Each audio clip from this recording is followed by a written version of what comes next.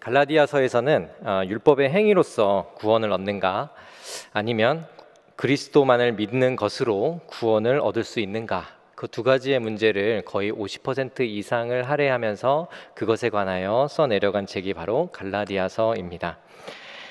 바울은 반복적으로 그리스도를 믿는 것으로 구원을 얻고 그리고 의를 얻는다라는 것을 반복적으로, 그러나 다른 표현으로 해서 그 의미를 계속해서 전달해 주고 있었습니다. 오늘의 본문도 이 문제를 좀 다루고 있었죠. 율법의 행위로 구원을 얻는다라는 말을 좀 달리 표현하면 이렇게 표현할 수가 있습니다. 율법 아래 놓여 있다라고도 표현을 달리 할 수 있습니다. 반면에 그리스도를 믿음으로 구원을 받고 의를 얻는 것에 대해서는 여기서는 5장에서 이렇게 표현하고 있는데요. 어떻게 표현하고 있는지 저희가 5장 1절을 좀 함께 읽기를 원합니다. 함께 읽도록 하겠습니다. 시작. 그리스도께서는 우리를 자유롭게 하려고 자유를 주셨으니 그러므로 굳건하게 서서 다시는 종의 멍에를 매지 말라. 아멘. 그리스도께서 십자가에 죽으신 것은 그 믿는 자에게 자유를 주시기 위한 것이다 라고 바울은 이야기하고 있습니다. 정리하면 좀 이렇게 정리할 수도 있겠습니다.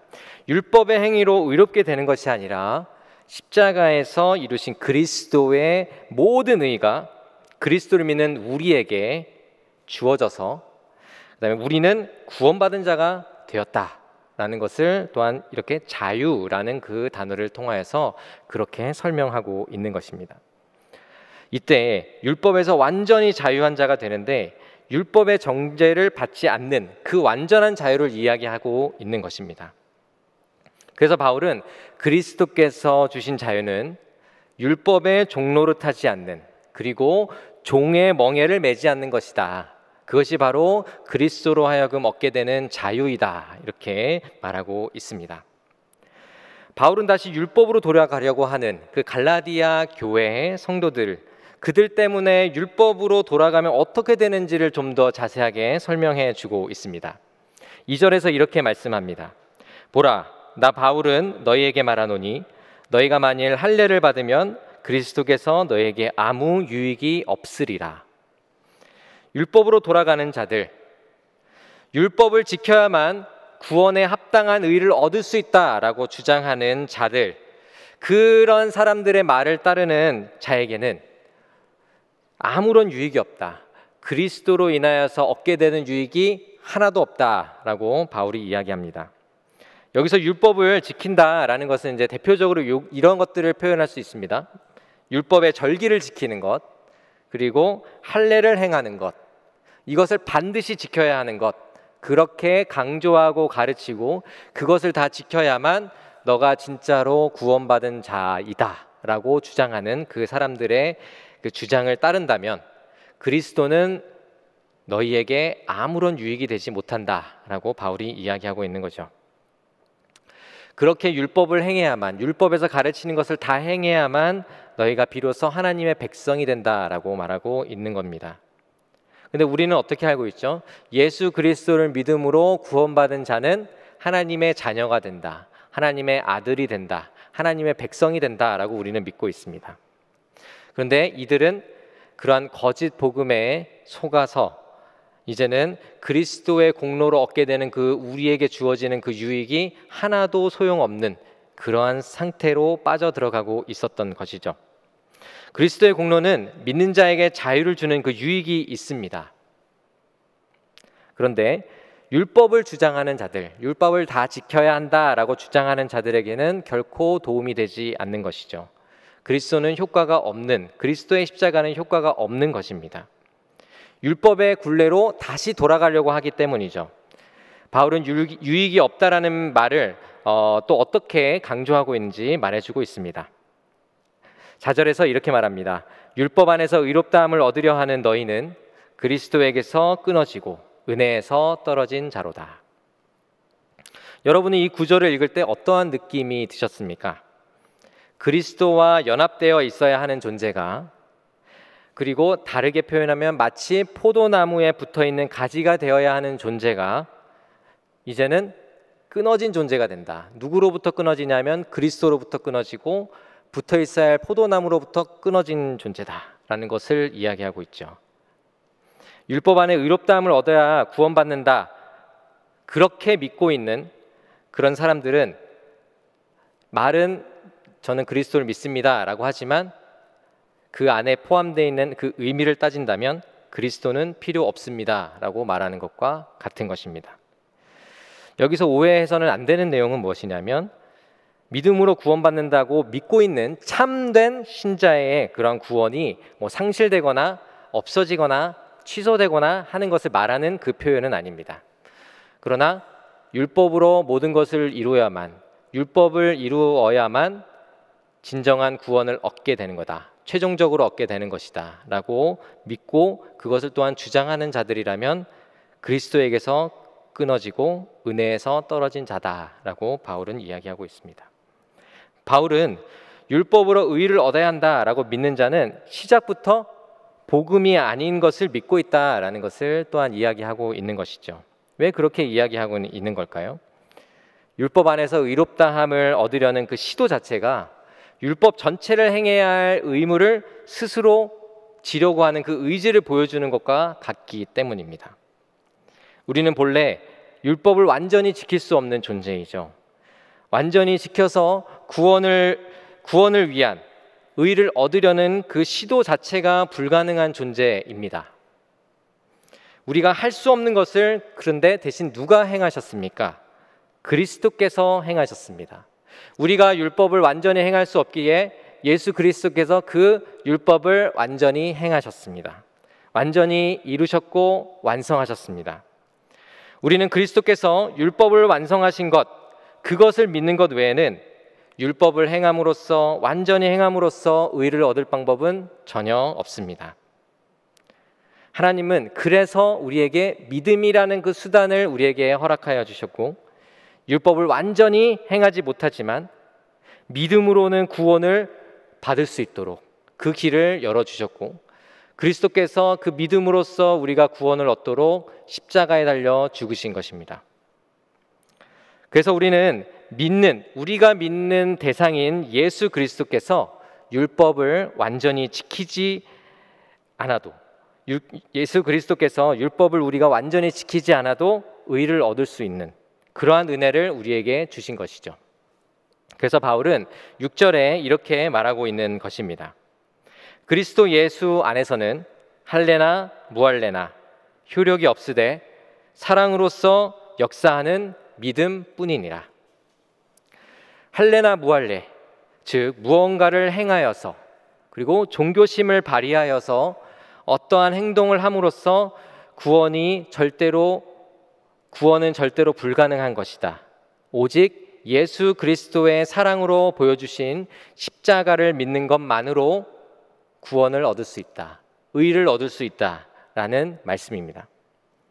우리도 율법의 행위로 구원을 얻는다고 믿지는 않더라도 우리의 삶 속에서 우리도 모르게 그와 비슷한 행동을 합니다. 우리가 노력하고 애쓰지 않으면 뭔가 대충 했다라고 생각을 하기 때문에 뭔가 더 정성을 쏟아야 될 것 같고 뭔가 더 정교해야 할 것 같은 그런 마음을 가지게 되죠. 하나님께 하는 건데 정성껏 잘 준비해야지 라는 그 마음, 그것이 틀린 것은 아니지만 그것이 점점 더 커져가면 커져갈수록 그 마음에 하나님께 드린다라는 마음보다 그 안에 완벽주의가 들어가고 그 안에 스스로 자기를 가두는 강박에 사로잡히게 됩니다. 예를 들면 이런 것입니다. 저 어렸을 때도 그런 경험들이 있었는데요. 헌금을 드리는 데는 신권을 잘 준비해가지고 헌금을 드려라. 네, 그거는 은행에 가서 잘 찾아와서 그거를 헌금으로 드릴 준비를 하는 것, 그 준비 자체 하는 것을 틀리다고 말할 수는 없겠죠. 그러나 그것이 시간이 지나면 지날수록 어느새 이제는 마음은 사라지고 그곳에 형식만이 남아있게 됩니다. 그래서 신권을 하나님이 받으시고 구겨진 지폐는 하나님이 받으시지 않는다 라고 스스로 그렇게 생각하게 되어버린다면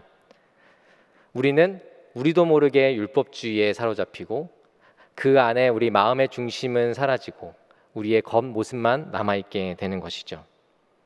하나님께서 원하시는 것은 무엇입니까? 물론 그 마음에 우리가 준비하고 전날 준비해서 기도하는 마음으로 하나님 내일은 교회 나아가 하나님께 영과 진리로 예배를 드립니다 라고 하는 그 기도하는 마음으로 준비하는 것은 너무나 소중하지만 하나님께서 더 우리에게 원하시는 것은 그 본질 안에는 우리가 하나님을 사랑하고 있는가, 하나님께 예배 드리기를 원하는가입니다. 그렇기 때문에 꼭 새 집회가 아니더라도 우리에게는 지금 현재 주어진 것을 하나님께 우리의 마음을 담아 봉투에 넣어 그곳에 기도 제목을 쓰고 하나님께 감사할 기도 제목들을 정성껏 써서 하나님 나에게 주신 것 감사합니다 라는 그 감사의 기도 제목으로 하나님께 드리는 것이 하나님이 원하시는 것이다 라는 것이죠. 그것을 잃어버려서는 안 된다는 겁니다. 이와 비슷한 내용으로 우리 출애굽기 20장 25절에는 이런 말씀이 있습니다. 함께 한번 읽어보겠습니다. 시작. 내가 내게 돌로 제단을 쌓거든 다듬은 돌로 쌓지 말라. 내가 정으로 그것을 쪼면 부정하게 함이니라. 아멘. 왜 하나님이 다듬은 돌을 쓰지 말라고 하셨습니까? 다듬으면 좋지 않을까요? 우리의 정성이 들어가니까요. 깨끗하고 멋있어 보이지 않습니까? 근데 처음에는 그러한 순수한 마음으로 우리는 할 것입니다. 그러나 시간이 흐르면 종교심이 나타나고 하나님께 드리는 것보다 얼마나 더 잘 다듬어야 보기에 좋은가, 얼마나 잘 다듬어야 하나님이 우리의 정성을 보시고 기뻐하실까, 이런 것에 더 초점을 맞추게 되는 것이죠. 거기에 의미를 두기 때문에 하나님께서는 정으로 그것을 쪼지 말고 그냥 그곳에 제단으로 돌을 쌓아라 이렇게 말씀을 하시는 겁니다. 신약에서는 또한 어떤 예가 있을까요? 탕자의 비유를 저는 좀 생각해 보았습니다. 아버지 집에 얼마나 많은 것을 우리 큰 아들, 첫째 아들이 했습니까? 아버지 밑에서 스스로 자신이 자신 있게 아버지께 이야기할 수 있을 정도로 제가 아버지께 충성을 다했고 내게 주어진 일을 감당했습니다 라고 떳떳하게 이야기하는 아들이죠. 그러나 아버지 집에서 그 큰 아들은 자유를 누리지는 못했습니다. 풍족함을 누리지 못했습니다. 아버지가 가지고 있는 것이 또한 너의 것이다 라고 하는 그 아버지의 말씀에 그 말씀대로 누리지 못하는 삶을 살았던 것이죠. 자유로움을 느끼지 못하고 무언가에 얽매여 살았던 아들이 바로 큰 아들입니다. 율법을 지키지 못하면 어떻게 할까? 그러면 쫓겨나는 것 아닐까? 아니면 이렇게 해야 아버지는 나를 그냥 인정해 주진 않을까? 내가 더 잘해야 아버지가 나를 인정해 주시겠지 하는 그런 마음으로 안절부절 못하는 자유 없는 자의 삶을 탕자에 비유해서 큰아들이 그렇게 행하지 않았는가라는 생각을 해봅니다. 반면에 아버지 집의 그 편안함을 반대로 느낀 아들은 누구일까요? 둘째 아들입니다. 종으로 살아도 좋겠다. 나는 아버지의 집에 가겠다 라고 결단을 하고 갑니다. 아버지의 환대, 자신의 예상과는 다르게 아버지의 환대를 받죠. 잘한 것 하나 없는데 아들로서 풍족함을 누립니다. 아버지께서 베풀어 주신 잔치를 마음껏 누립니다. 이것이 바로 하나님이 우리에게 주신 자유이고 우리가 율법을 못 지키면 어떻게 하지 조마조마하면서 살아가는 자가 아니라 이미 그리스도께서 우리에게 자유를 주셨고 우리는 그 자유에 감사하며 자유 안에서 살아가는 것, 아버지의 집에서 그 풍족함을 누리며 살아가는 것, 그것이 아버지의 뜻이다라는 것을 바울이 이야기해주고 있는 겁니다. 이것이 바로 율법이 아닌 그리스도를 믿음으로 의롭다함을 얻는 것이고 자유를 얻는 은혜를 입은 자의 그 신자의 모습이 바로 이러한 것이다라는 걸 바울이 이야기해주고 있죠. 이러한 사람들은 이러한 모습이 삶 속에서 나타납니다. 5절의 말씀에서 그러한 모습이 나타나는데요. 함께 읽겠습니다. 우리가 성령으로 믿음을 따라 의의 소망을 기다리노니. 아멘. 의를 얻지 못해서 천국에 들어가지 못하는 것 아닌가 하는 불안에 떨지 않습니다. 이러한 신자들은 성령 하나님께서 역사하심으로 믿음으로 완전한 의를 얻어서 장차 천국 백성으로 영원히 살아가게 될 것을 확신하고 그때가 오기를 기다리고 소망하는 자들, 이러한 자들이 바로 신자입니다. 신자는 예수 그리스도께서 주신 자유 안에서 소망을 품고 살아가는 자들입니다. 율법을 지켜서는 얻을 수가 없는 자유가 바로 그리스도 안에서 이루어지는 것이죠. 믿음으로 우리에게 주어지고 또한 그것을 인정받는 것, 그리스도 안에서 믿음으로써 인정받는 것, 믿음 갖는 것으로 우리는 완전한 의를 얻게 되고 하나님 안에서, 그리스도 안에서 자유함을 얻게 되는 것, 그것이 바로 신자의 모습입니다. 갈라디아 교회 성도들은 율법으로 의롭다함을 얻으려 하는 그 자들의 말에 많이 흔들렸던 모양입니다. 바울은 너희가 다름질을 잘하더니 누가 너희를 막아 진리를 순종하지 못하게 하더냐, 이렇게 말을 할 정도로 갈라디아 교회 성도들은 많이 흔들렸던 것 같습니다. 바울은 4장에서 갈라디아 교회 성도들이 어떠했었는지를 좀 회상하면서 갈라디아 성도들에게 이야기하는데요. 갈라디아 교회 성도들은 바울을 이렇게 대해줬다고 합니다. 그리스도와 같이 대우해 주었고 또 하나님의 천사와 같이 대해 주었다라고 바울이 회상을 합니다. 바울에게 육체의 약함이 있었지만 그 갈라디아 교회 성도들은 그 바울을 돌보아 주었죠. 그렇게 하면서 이 성도들은 바울로부터 복음을 듣게 되고 그 복음을 듣게 됨으로 회심하여 구원을 얻은 자가 되었다라는 겁니다. 그렇게 구원받은 자로서 다름질하고 더욱더 믿음의 신자로서 살아가려고 애썼던 그 갈라디아 교회 성도들이, 그러한 삶을 열심히 살아가고 믿음으로 살아갔던 자들이 이제는 그리스도로 충분하다라고 고백하기보다는 거짓 복음을 듣고 진리에 순종하지 못하고 율법을 행해야만 구원을 진정으로 얻는다라고 믿고 속았고 그렇게 믿고 살아가는 자들이 되어가고 있는 그 바울이 그 현장을 보았을 때 얼마나 그 안타까운 마음을 가졌겠습니까? 성도들에게는 거짓 복음이 좀 그럴듯해 보였을 수 있습니다.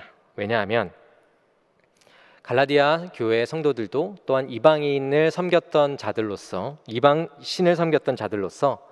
열심히 섬겼던 자들로서 그 삶이 과거에도 남아 있었기 때문이었을 것입니다. 이방신을 섬기는 자로서 제사를 지내고 자신이 또한 잘되기 위하여 복을 빌기 위하여 수많은 것을 갖다 바쳤을 것입니다. 사람의 심리가 그렇죠. 내가 원하는 것을 얻기 위하여 나의 돈과 명예와 노력과 에너지를 쏟아서 내가 원하고자 하는, 내가 얻고자 하는 것을 얻으려는 것이 바로 사람의 심리인데, 이방신을 섬기는 갈라디아 성도의 그 과거의 모습 속에서도 그런 모습들이 있었을 것입니다. 뭔가 일이 풀리지 않는다면 나에게 오늘 좀 뭔가 문제가 있는 것 같은데, 내가 좀 뭐 잘못한 것 같은데, 내가 좀 더 잘했어야 됐는데, 내가 조금 이런 쪽에 내가 좀 물질을 좀 더 썼어야 했나, 돈을 썼어야 했나, 이러한 여러 가지의 고민 속에서 내가 잘 되지 않는 일, 내가 원하지 않는 일들이 벌어졌을 때에 그러한 반응을 나타내게 되죠. 마치 적은 누룩이 그 갈라디아 교회에 퍼져나가듯이 정말 하나님께서는 그 누룩을 주의하라 라고 말씀을 하신 것처럼 우리에게는 어떻게 보면 굉장히 작은 것 같지만 그 생각이 우리 속을 지배하고 이제는 우리의 공로로서 그 구원을 얻고자 하는, 우리의 의의를 얻어야만 진짜 얻은 것 같은, 진짜 노력하여 얻었기 때문에 내가 진짜 의의를 얻은 것 같은 그러한 착각에 빠지게 하는 유혹에 갈라디아 교회 성도들도 빠졌던 것 같습니다. 유대인들도 또한 그랬죠. 이방 나라의 지배를 받을 때 하나님의 법도를 지키지 않았기 때문에 하나님께서는 징계하셨고, 순종하지 않아서 그 나라의 유다를 넘기셨죠. 그때 백성들은 이렇게 깨닫습니다. 여호와께로 돌아가자, 안식일을 철저히 지키자, 회개하자, 하나님의 말씀을 지켜 행하자라고 그 마음의 결단을 내리고 그들도 철저히 지키기 시작했습니다. 그러나 이들은 자신들이 하나님께 순종하지 않았던 그 교만을 회개하고 처음엔 돌아섰지만 이제는 예수 그리스도께서 이 땅에 오셨을 때 그 유대인 바리새인의 모습은 어땠는지를 우리가 한번 생각해 보면 그들은 또한 그곳에서 자기의 종교심을 나타내고 있었다는 것을 우리는 알 수가 있습니다. 이 시대를 살아가는 유대인들은 또한 이와 비슷한 행동들을 하고 있죠. 그 수많은, 이것은 일인가 일이 아닌가, 이것들을 수많은 가정들로 그리고 여러 가지의 경우들로 따져보면서 이것은 일하는 것이고 이것은 일하지 않는 것, 이것으로 서로 나누고 규정하게 되었습니다. 한 가지 예로서는 이런 것이 있죠. 유대인들은 안식일을 반드시 지킵니다. 근데 안식일에는 아무 일도 하지 않죠. 못하죠. 근데 집에 들어와서, 건물에 들어와서 엘리베이터를 탄다 하였을 때 그 버튼을 누르는 것은 일로 규정이 되어 있는 것이죠. 그러면 저희는 주일이 안식일이라고 했을 때 우리가 3층 버튼을 누르는 일을 통해서 우리는 3층에 올라오지만 유대인들은 그렇게 전날 미리 준비를 해둡니다. 그것은 뭐냐면 지하부터 우리 교회 엘리베이터를 따진다면 지하 2층부터 지상 6층까지 모든 전층에 엘리베이터가 서게 준비를 해두는 거죠. 그러면 안식일이 되면 내가 굳이 버튼을 눌러서 일을 하지 않아도 엘리베이터는 자동으로 열리고 닫힐 것입니다. 이런 것처럼 하나하나 이것은 일인가 아닌가 이런 것을 따져가면서 그곳 안에서 자유를 누리지 못하는 삶이 유대인들의 삶 속에서 보여지는 것이죠. 그러면 이들이 이렇게 쌓은 의의가 얼마나 높아졌을까요? 구원에 이를 정도로 의의가 쌓였을까요? 하나님이 보시기에는 그 의의는 어느 정도 채워진 것일까요?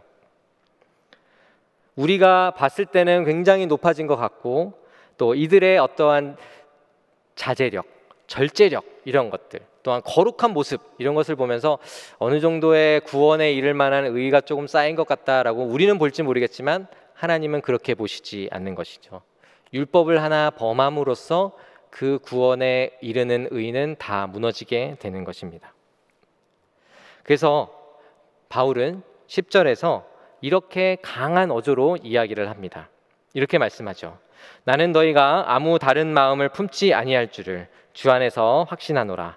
그러나 너희를 요동하게 하는 자는 누구든지 심판을 받으리라. 이렇게 바울은 강한 어조로 말합니다.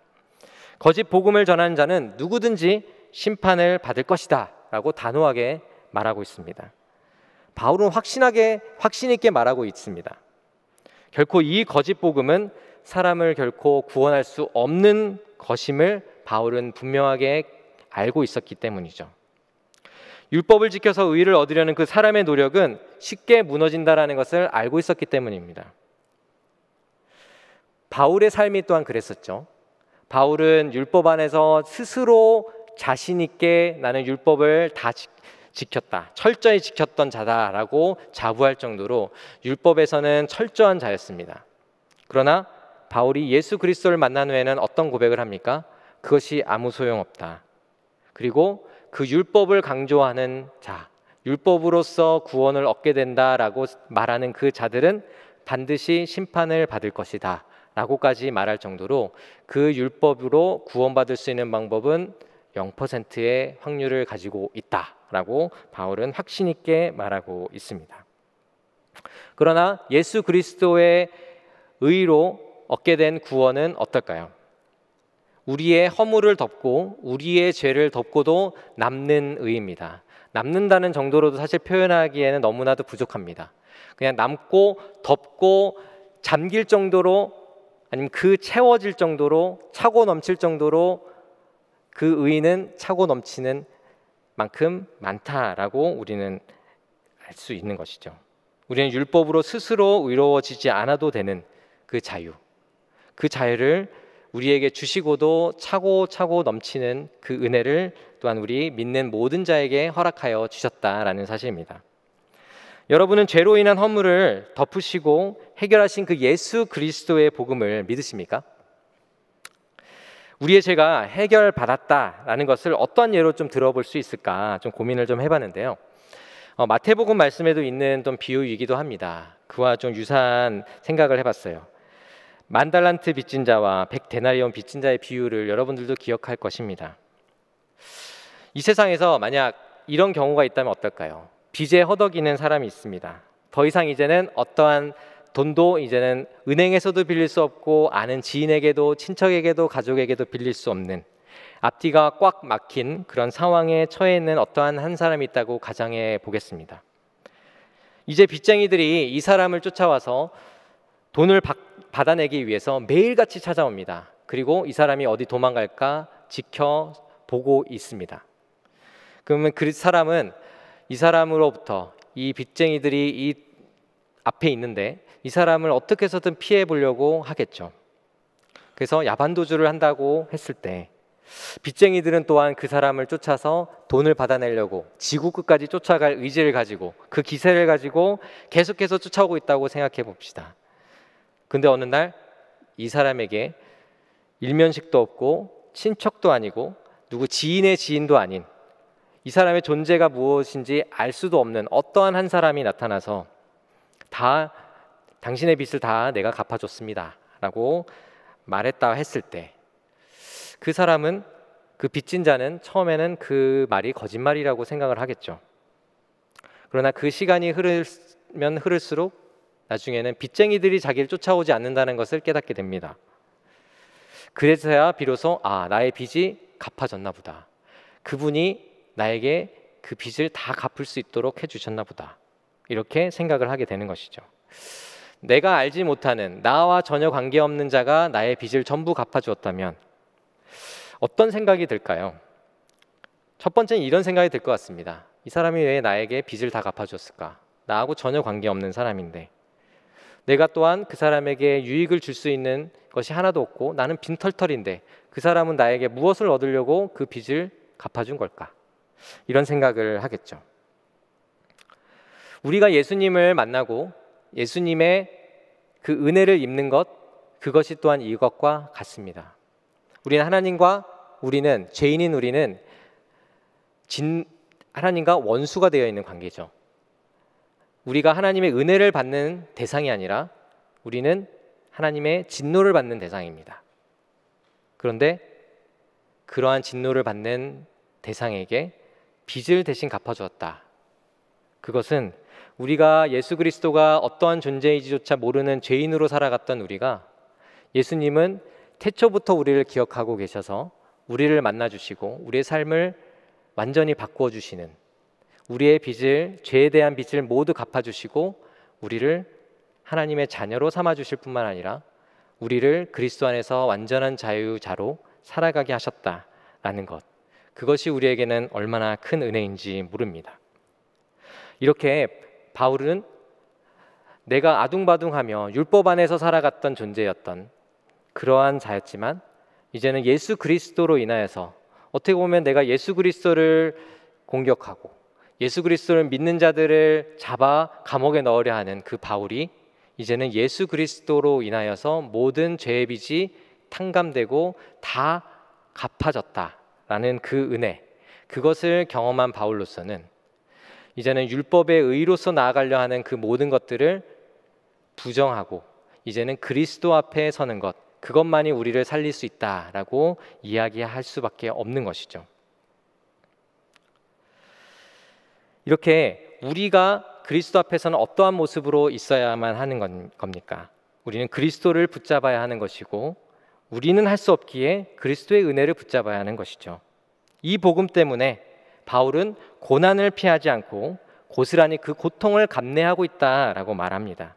나는 믿음을 붙잡고 살고 있고 나에게 당하는 십자가로 인하여서 당하는 그 고난을 나는 감당하고 있다라고 말씀을 하고 있죠. 그래서 갈라디아 성도들, 너희들 또한 나와 같이 그러한 일들을 감당하기를 원한다라는 말씀을 11절에서 하고 있습니다. 11절에 이렇게 말씀하죠. 같이 읽겠습니다. 형제들아, 내가 지금까지 할례를 전한다면 어찌하여 지금까지 박해를 받으리요?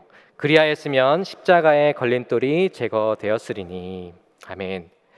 율법을 행하고 할례를 행해야만 완전한 구원을 이룬다라는 그 진리라면 바울은 그 고난을 피할 수 있을 것입니다. 그 진리를 따랐다면 바울은 십자가의 걸림돌을 피할 수 있었을 것입니다. 그러나 십자가 때문에 당하는 그 고난을 감내하고 있었던 것이죠. 왜냐하면 예수 그리스도가 너무나도 분명하고 예수 그리스도의 구원이, 의가 너무나도 분명한 것임을 알고 있었기 때문입니다. 우리도 믿음 생활하는 중에 여러 가지 어려움을 당하죠. 어쩌면 믿는 자나 믿지 않는 자나 같은 고난을 당하고 있을 수도 있습니다.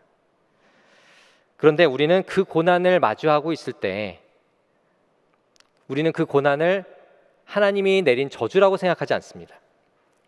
세상 사람들은 나에게 왜 이러한 고난이 오냐고, 나에게는 왜 이러한 고난이 마치 저주와 같이, 인생의 저주와 같이 내려지는지 모르겠다고 생각할지는 모르겠지만, 우리에게 당하는 이 고난은 우리는 하나님으로부터 받은 진노의 저주가 아니라 하나님께서 우리에게 허락하여 주신, 어쩌면 고난을 통하여서 우리가 하나님을 더욱더 알게 되고 그리스도 안에서 참된 자유와 은혜를 누리게 하시는 그 과정 중에 우리에게 허락하여 주신 일이다라는 것을 우리는 깨닫고 있기에 절대로 우리는 절망하지 않습니다. 그리고 예수 그리스도의 은혜로 인하여서 우리가 하나님 아버지의 아들로서, 하나님 아버지의 자녀로서 우리는 살아가고 있다라는 것을 확신하고 있기에, 아버지께서는 우리에게 허락하신 이 고난은 아버지께서 우리를 인도하시면서 그것을 더욱더 아버지와 함께 살아가기를 원하시는 그 마음을 우리에게 비춰주실 것이다 라는 믿음을 가지고 우리는 살아갑니다.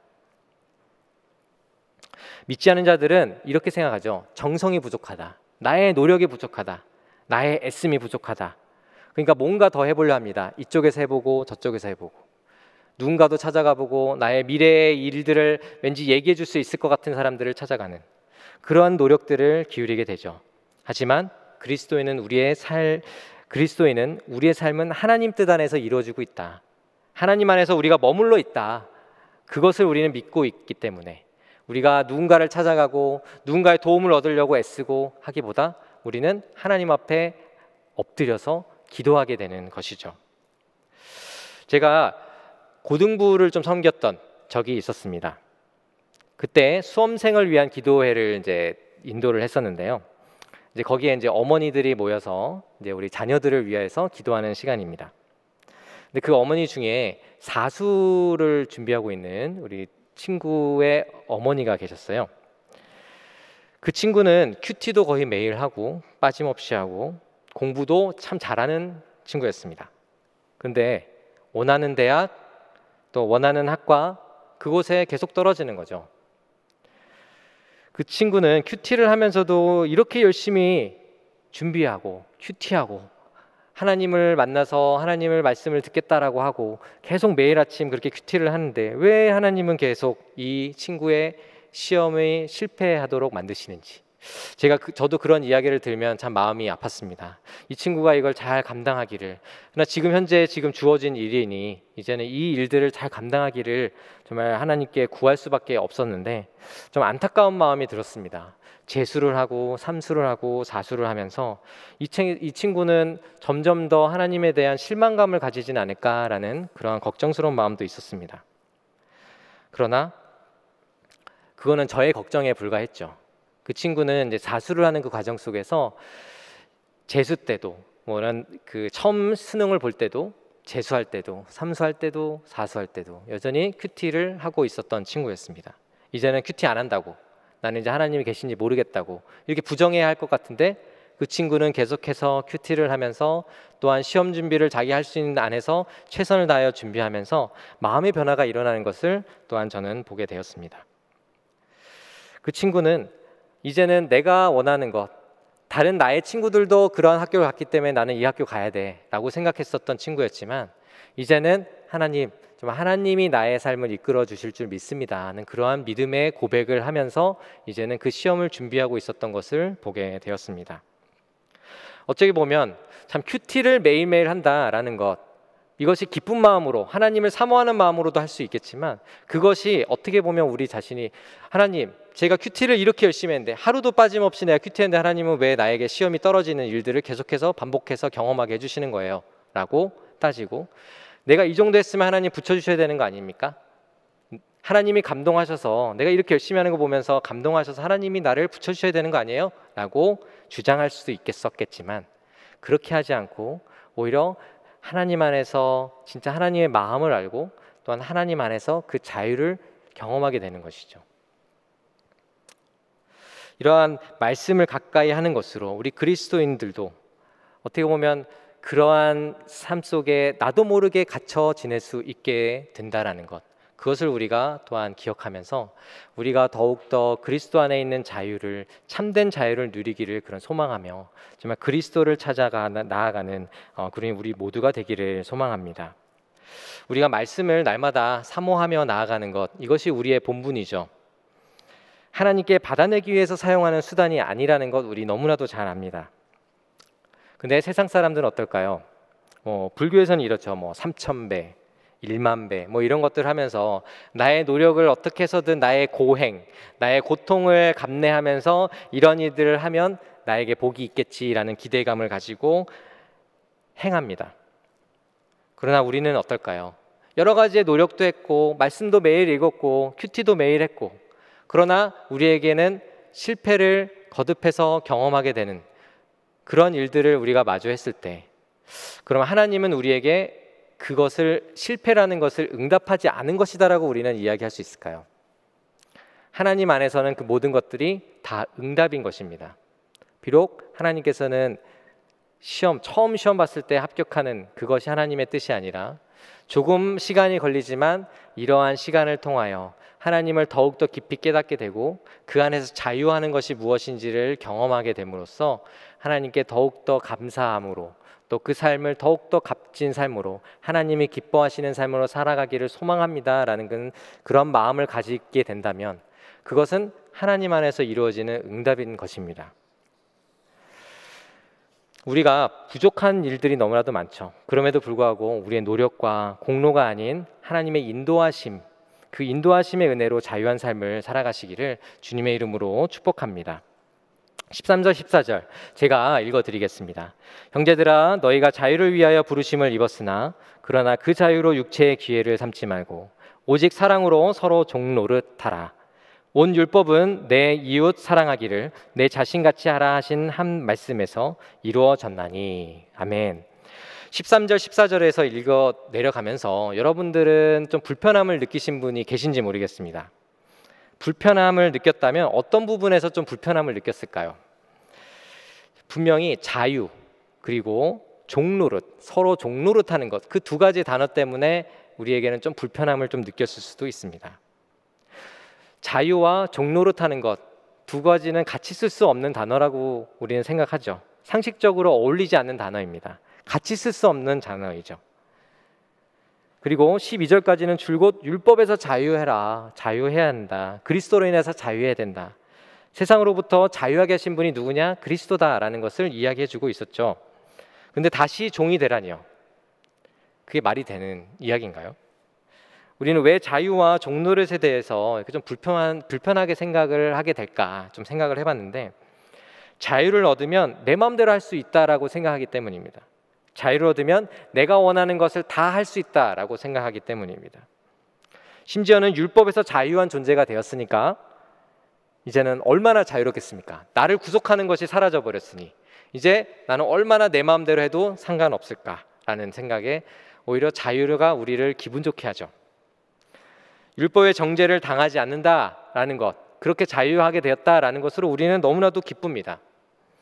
율법을 어기지만 그것 때문에 우리의 구원이 취소되지 않는다라는 그 진리도 또한, 그 진리를 들었을 때도 얼마나 기쁜지 모릅니다.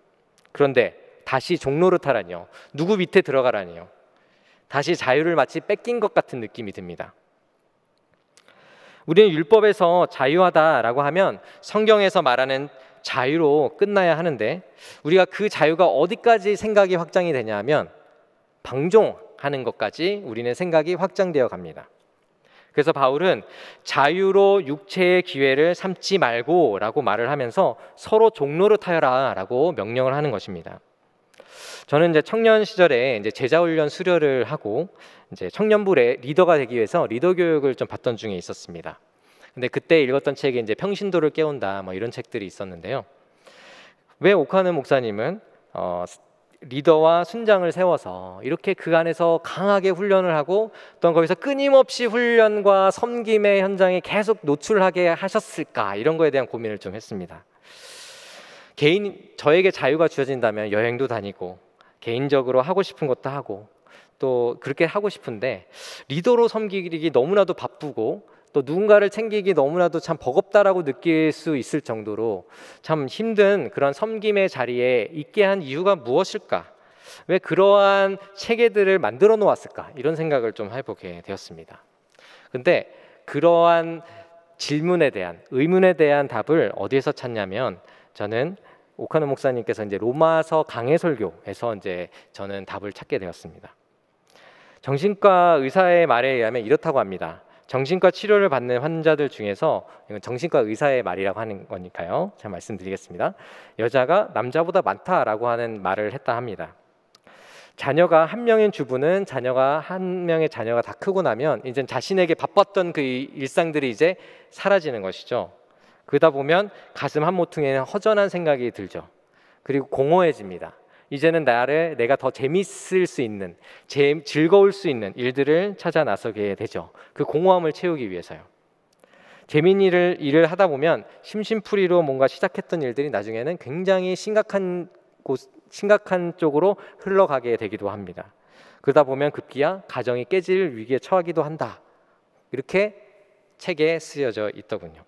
그래서 이것은 매우 극단적인 이야기이긴 하지만 하나님께서 우리에게 헌신하라라고 하시는 이유가 바로 여기에 있다라고 오카노 목사님은 이야기를 하셨습니다.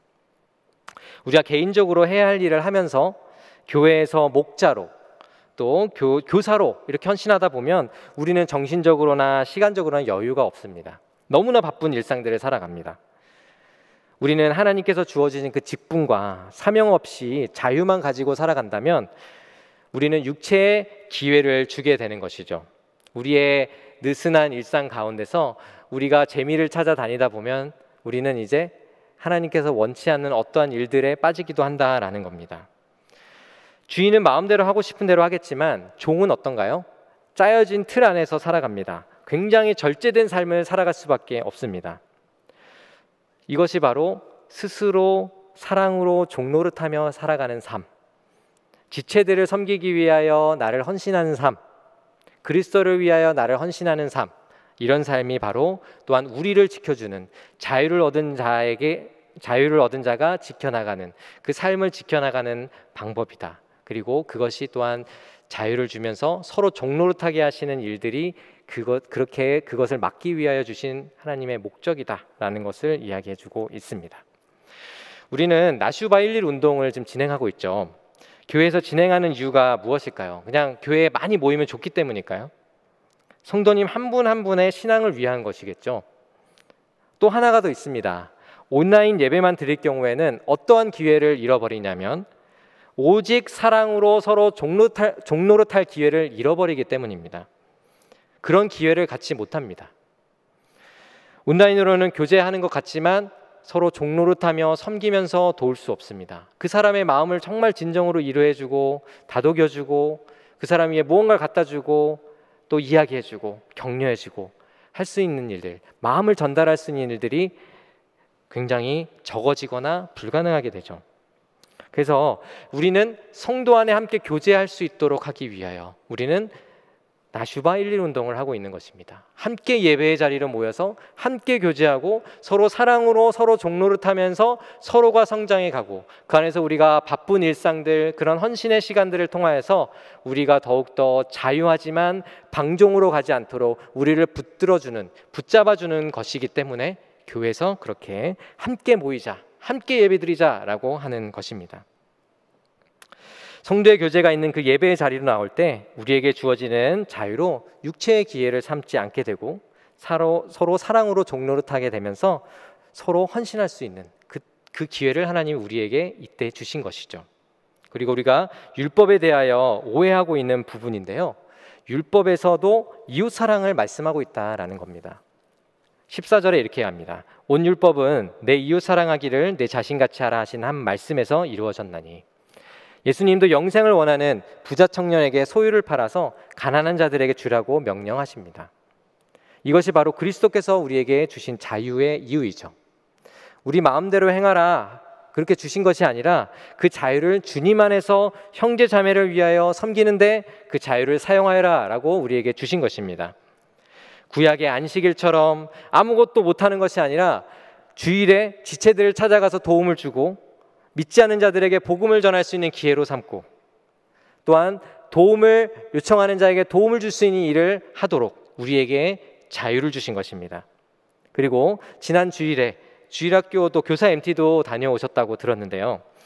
주일학교 친구들을 더욱더 효과적으로 더욱더 헌신적으로 섬기기 위하여 정말 우리가 그 시간에 어떻게 보면 그 주일이 안식일이라고 하면 감히 갈 수 없는 그런 활동이지만 우리에게는 그러한 자유를 주셨기에 이제는 그 영혼들을 섬기기 위하여 또한 시간을 들여 함께 연합하는 그러한 시간을 가질 수 있게 된 것입니다. 우리는 우리 자신의 유익이 아닌 서로 섬기는 그 헌신의 삶에서 하나님께서 주시는 그 자유함을 충만히 누릴 수 있기를 주님의 이름으로 축복합니다. 말씀을 마무리하겠습니다. 우리는 그리스도께로부터 받은 자유는 우리 자신만을 위한 것이 아닙니다. 우리의 정욕을 위한 것도 아닙니다. 그런 자유라면 육체의 기회로 삼게 될 것이기 때문이죠.